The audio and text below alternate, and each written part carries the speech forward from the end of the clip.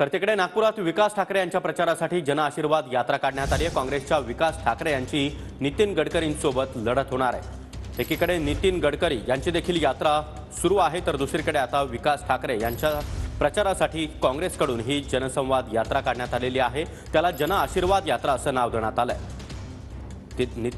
नितीन गडकरी विरुद्ध विकास ठाकरे अशी लढत आपल्याला नागपुरात पाहायला मिळणार आहे। याचाच आढावा घेतला आमच्या प्रतिनिधींनी, पाहूया। नागपूर लोकसभेतील काँग्रेस उमेदवार विकास ठाकरे यांची ही प्रचार रॅली आपण बघू शकतो।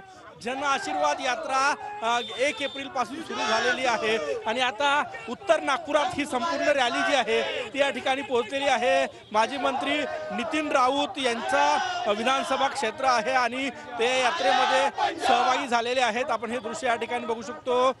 विकास ठाकरे यांचं स्वागत जे आहे ते ठिकठिकाणी केलं जात आहे। हे दृश्य आपण या ठिकाणी बघू शकतो। हे बघा, मोठ्या संख्येनं इथले स्थानिक कार्यकर्ते या ठिकाणी सहभागी झालेले आहे।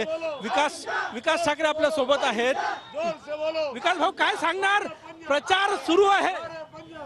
मला वाटतं या शहरामध्ये लोकतंत्र आणि संविधान वाचवण्यासाठी जनता रस्त्यावर आलेली आहे आणि संविधानाचं संरक्षण करायला, लोकतंत्र वाचवायला आणि हुकुमशाह विरोधी सरकारच्या विरोधात ही जनता रस्त्यावर आलेली दिसत आहे। ही लढाई जनतेविरुद्ध नरेंद्र मोदी आणि भाजप अशी झालेली आहे। कॅमेरामॅन सचिन सामसह गजानन माटे, टी9 मराठी।